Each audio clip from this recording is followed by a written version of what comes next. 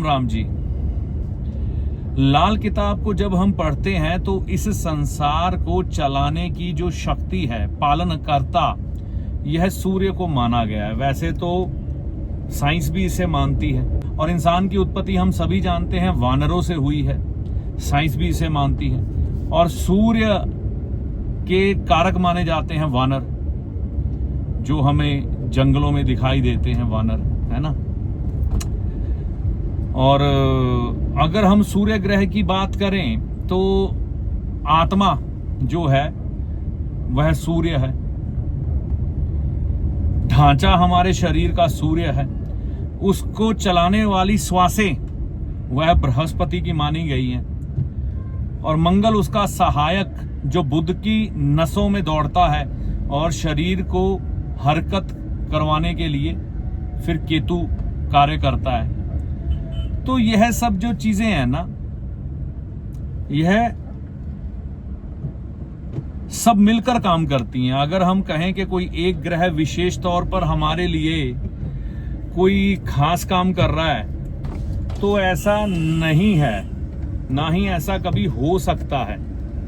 हर एक ग्रह का कार्य अपना ही है, लेकिन सूर्य को ग्रहों का राजा कहा गया है, राजा। और हमारे शरीर, हमारे बुत के अंदर जो ढांचे के अंदर एक बैटरी है वो सूर्य की है, जिसे हम आत्मा कहते हैं। तो जब आत्मा इस शरीर से निकल जाती है ना, आत्मा के निकलने से पहले उस बुत का साथ, रूह का साथ, आत्मा का साथ श्वासें छोड़ती हैं। उसके बाद फिर आत्मा निकल जाती है, शरीर से बाहर हो जाती है। तो सूर्य पिता है, सूर्य आपका मान सम्मान है। सूर्य ब्रह्मांड की वह शय है, जब उसका सितारा आकाश में चमकता है तो सूर्य को कभी बताने की जरूरत नहीं पड़ती कि मैं आ गया हूं। सारी दुनिया को अपने आप पता लग जाता है कि सूर्य आ चुका है। और सूर्य के साथ ही इस दुनिया के सारे कामकाज शुरू होते हैं, और सूर्य के साथ ही धीरे धीरे करके पक्षी भी अपने घोंसले में लौट जाते हैं। जो तो सूर्य की ऊर्जा वाले इंसान हैं वो तो सूर्य के साथ चलते हैं, सूर्य के साथ उठते हैं, सूर्य के साथ काम पे निकलते हैं, और सूर्य ढलने के बाद अपने घर आते हैं और सो जाते हैं। इसको हम कह सकते हैं कि यह लोग सूर्य प्रधान लोग हैं। और जो नाइट लाइफ वाले लोग हैं, जो माया नगरी है मुंबई, इनकी नाइट लाइफ है, ये शनि राहु वाले लोग हैं, ये रात को एक्टिव होते हैं। या जो डिस्को लाइफ जीने वाले हैं, पार्टी करने वाले, रात के 2-2 बजे तक जागने वाले, सुबह 4 बजे सोने वाले, ये प्योर शनि और राहु के लोग माने जाते हैं।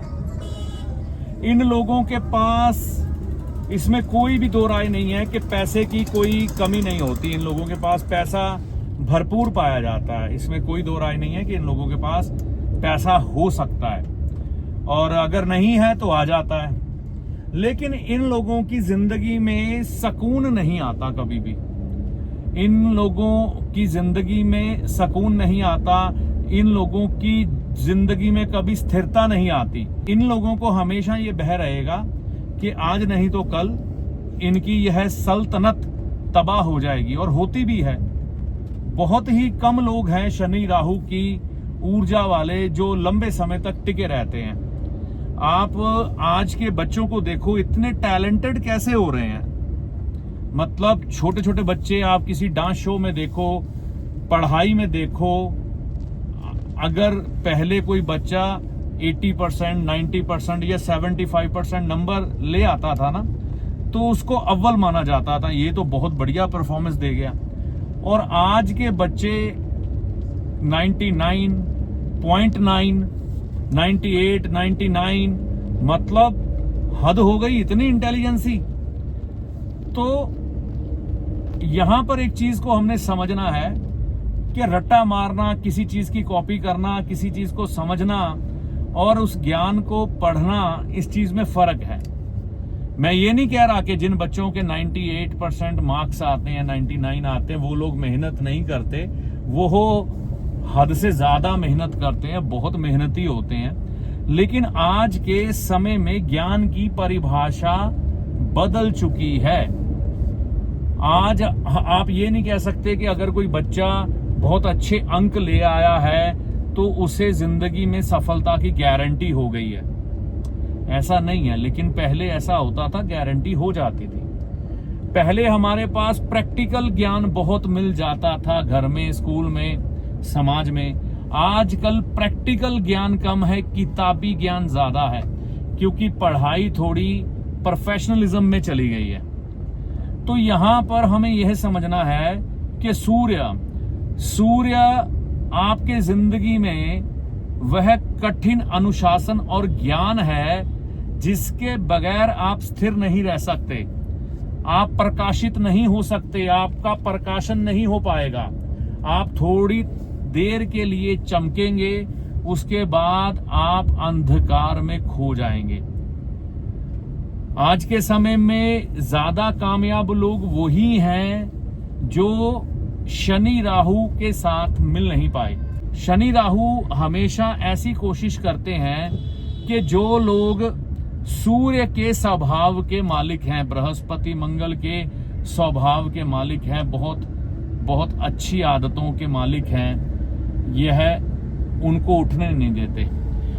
और आप देखेंगे सूर्य का सितारा हमेशा अकेला पाया जाता है। यानी कि सूर्य का सितारे का मतलब है सूर्य हमेशा अकेला होगा, क्योंकि सूर्य स्पष्टवादी है, जो है मुंह पे क्लियर कट बोल देगा। और इसको चालबाज लोग पसंद ही नहीं आएंगे। चालबाज लोग जो होते हैं वो शनि और राहु के होते हैं, दुनियादारी चालाकी के साथ चलाना। तो सूर्य इन लोगों से दूर रहता है। सूर्य को भावना चाहिए, छल कपट मोहे नहीं भावत, और छल कपट करने वाला राम को नहीं पा सकता। आप जाखू मंदिर जाइएगा, वहां पर यह लाइनें लिखी है, छल कपट मोहे नहीं भावत। तो सूर्य भगवान, हनुमान जी, ब्रह्मा जी, भोलेनाथ, यह सब जो देवता है ना, इनकी जो एनर्जी है, यह आप में पवित्रता, शुद्धता मांगती है। छल कपट वाले लोगों को ये एनर्जी पसंद ही नहीं करती। और आप देखेंगे इनके जो भक्त भी होंगे ना, वो छल कपट वाले नहीं हो सकते। अगर होंगे तो वो टिकेंगे नहीं, अगर टिकेंगे तो वो बुरी तरह से बर्बाद हो जाएंगे। ठीक है ना। उनको मैं स्पष्टवादी होकर कहता हूं कि जो लोग भगवान विष्णु, भगवान शिव, भगवान ब्रह्मा जी की भक्ति करते हैं ना, अगर वह अपनी जिंदगी में सच को सच कहने में घबराते हैं, डरते हैं, और धोखेबाजी करनी या चालाकी से अपनी जिंदगी जीना, चालाकी से सब कुछ प्राप्त करने की कोशिश करनी, किसी का हक मार लेना, सच का साथ ना देना, है ना, तपस्वी ना होना, त्यागी ना होना, और किसी चीज को प्राप्त करने के लिए मेहनत ना करना, ये इन देवताओं से पा नहीं सकते का मतलब क्या है कि वह लोग अपने सूर्य से, अपने बृहस्पति से, अपने चंद्रमा से, अपने मंगल से अच्छे फल नहीं ले पाएंगे। कुछ समय के लिए आपकी कोई ग्रह चाल आपके अगर काम आ गई, चल गई, आपको लाभ दे गई, तो वह एक अलग बात है। लेकिन आगे जाकर फिर आपको नुकसान हो जाएंगे, झेलने ही पड़ेंगे। तो मैं ये कहना चाहता हूं कि जो हमारा समय था ना, पिछले समय की बात कर रहा हूं, आज तो समय बहुत ज्यादा बदलता जा रहा है, चीजें बहुत तेजी के साथ परिवर्तित हो रही हैं। धर्म के लिए लोग अपने प्राण त्याग देते थे, है ना। ये अभी एक मूवी आई थी छावा, मुझे तो इतिहास मालूम ही नहीं था। तो संभाजी महाराज इसमें जो हैं, है ना, तो उन्होंने कैसे अपने धर्म के लिए अपने प्राण तक त्याग दिए, और वो भी इतना दर्द सहा और मुंह से उफ तक की आवाज नहीं निकलने दी उन्होंने। तो ये कुछ ऐसी दुनिया की शक्तियां थी ना जिनका मुकाबला करना आसान नहीं है। मतलब ये कुछ रूहानी ही लोग बन जाते अलग, मतलब इनकी रूहानियत, इनकी एनर्जी कुछ अलग तरह की हो जाती है। दर्द से ये पार निकल जाते हैं, दर्द इनके लिए महत्व रखता ही नहीं है, ठीक है ना। धर्म इतना बड़ा हो जाता है, यानी कि बृहस्पति के लिए जान वारने के लिए तैयार भगवा बन जाते हैं ये। तो भगवा का मतलब यहां आप किसी राजनीतिक पार्टी से मत जोड़ लेना। भगवा का मतलब मैं सूर्य कर रहा हूं। सूर्य क्योंकि क्षत्रिय धर्म को निभाता है, तो सूर्य का सबसे बड़ा काम है बृहस्पति की रक्षा करना। और अगर सूर्य बृहस्पति की रक्षा करता है तो ही सूर्य बच पाता है, सूर्य सूर्य कहलाता है। मेरा कहने का मतलब ये है कि जो अपने धर्म को निभाता है, धर्म की पालना करता है, उसकी जिंदगी में कोई कमी नहीं आएगी, लेकिन उसको कष्ट दूसरों की तुलना में अधिक उठाने पड़ेंगे। और यह लोग दुनिया में अकेले पाए जाएंगे, झुंड में कभी नहीं पाए जाते।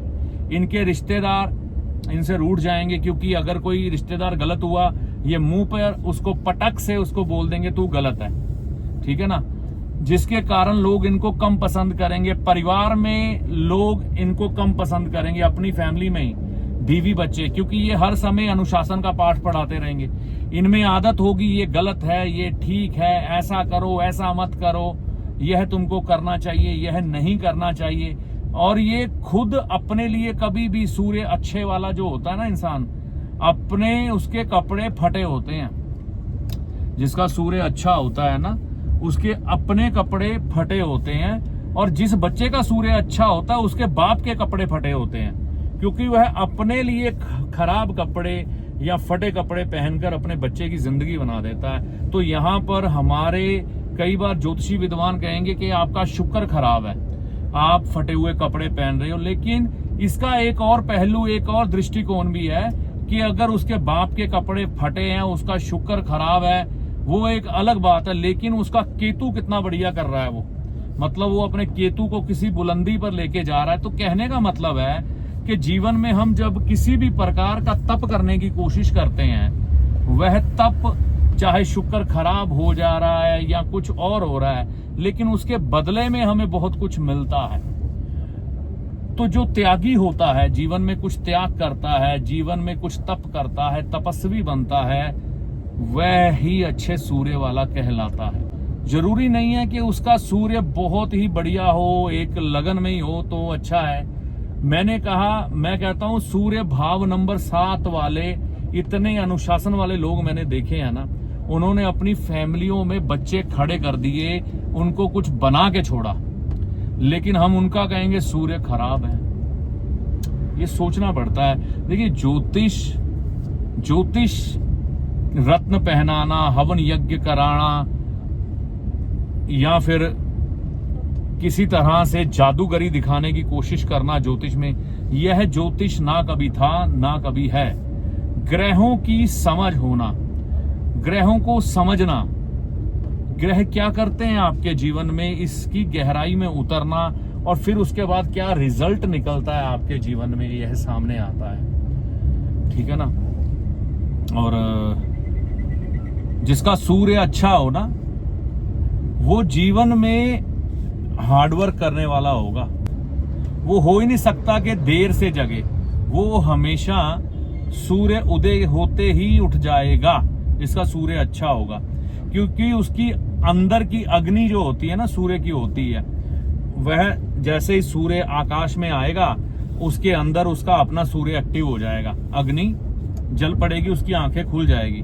वो सोने की कोशिश करके देख ले, नहीं सो पाएगा। इन लोगों का एक ही हल होता है कि भाई शाम को जल्दी सो जाओ, अगर ज्यादा लंबी नींद चाहिए, नहीं तो तुम जल्दी ही उठोगे। 7 से 8 घंटे की नींद ही तुम्हारे लिए उस ईश्वर ने निर्धारित की है, और इतनी ही मिलेगी। तो यह सूर्य ग्रह की खासियत है। और सूर्य, एक चीज समझिए, निरंतरता है।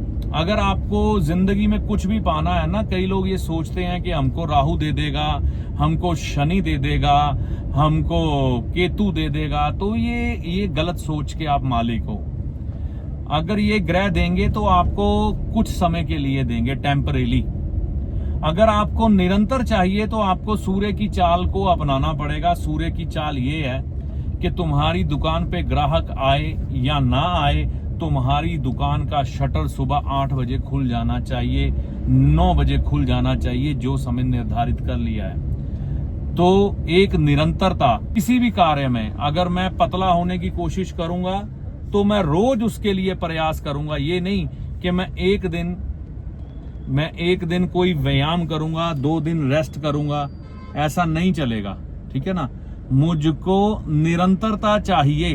ज्योतिषी आपका सलाहकार है जो आपको भले और बुरे समय का ज्ञान देता है, ना कि कोई चमत्कारी बाबा जो छड़ी घुमाकर आपको माला माल कर देगा, धनवान बना देगा, या कोई जादूगर जो छलावे में डालकर भ्रम की स्थिति पैदा कर कर आपके भाग्य को बदल देगा।